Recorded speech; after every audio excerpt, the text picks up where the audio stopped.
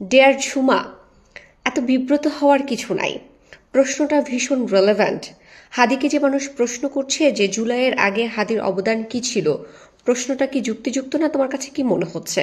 তোমরা জুলাইকে নিয়ে যে পরিমাণ বাড়াবাড়ি করছো, সেই কারণেই মানুষ হচ্ছে এখন হাদিকে এই প্রশ্ন করতে বাধ্য হচ্ছে। এটা কিন্তু রেলেভেন্ট একটা কোশ্চেন। তুমি চিন্তা করো যে জুলাইকে বিক্রি করে তোমরা যেভাবে চলছো, জুলাইকে কেন্দ্র করে যে ধরনের ন্যাস্টি কাজগুলো তোমরা বাংলাদেশের মধ্যে যে অস্থিতিশীলতা এবং সহিংসতা শুরু করেছো, সেটা কি অন্য কোনো মানুষ করছে? জুলাইটা তো সবার হওয়ার কথা ছিল। জুলাই তো বাংলাদেশের প্রত্যেকটা নাগরিকের হওয়ার কথা ছিল।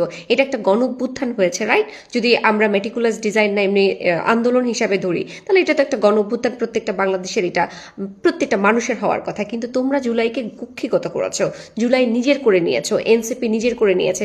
এনসিপি বলছে যে জুলাই আমাদের, ইনকলাব মঞ্চ বলছে জুলাই আমাদের, কিন্তু জুলাই তোমাদেরও না, জুলাই এনসিপিরও না, জুলাই জামাতেরও হওয়ার কথা না। কিন্তু তোমরা যখন বলছো যে জুলাই আমাদের, তার মানে হচ্ছে এটা একটা মেটিকুলাস ডিজাইনের অংশ, এটা আপামর সাধারণ জনগণের না।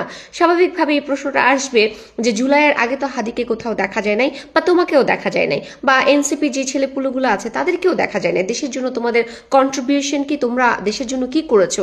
এই প্রশ্ন তো রেলেভেন্ট করবে সবাই, যে জুলাইয়ের আগে তোমাদের অবদান কি ছিল। এই প্রশ্ন তো সবার আগে আমি করেছি, আমি করছি যে এক্স্যাক্টলি জুলাইয়ের আগে তোমরা করছো কি দেশের জন্য? কিচ্ছু করো নাই। জুলাইকে বিক্রি করে বিদেশ থেকে টাকা পাইতেছো, টাকা খাচ্ছ, দেশের মধ্যে পরিবেশটাকে দূষণ করছো, দেশের মধ্যে দুর্নীতি, টাকা চুরি, তারপর হচ্ছে সহিংসতা, প্রত্যেক দিন আন্দোলন করে বাংলাদেশটাকে পুরো একটা অস্থিতিশীল বাংলাদেশ করে ফেলেছো, মব সৃষ্টি করছো, যা ইচ্ছা তাই করছো। এটা তোমার বাবার দেশ না, তোমাদের বাবার দেশ না, এটা সবার বাংলাদেশ। সেই বাংলাদেশকে এইভাবে জুলাইকে বিক্রি করে, জুলাইকে টার্গেট করে, জুলাইকে নিয়ে এত যে তামাশা করছো, সেই তামাশার জন্য তোমাদেরকে কেউ, মানে তোমাদের পথ দিকে কেউ চাইয়া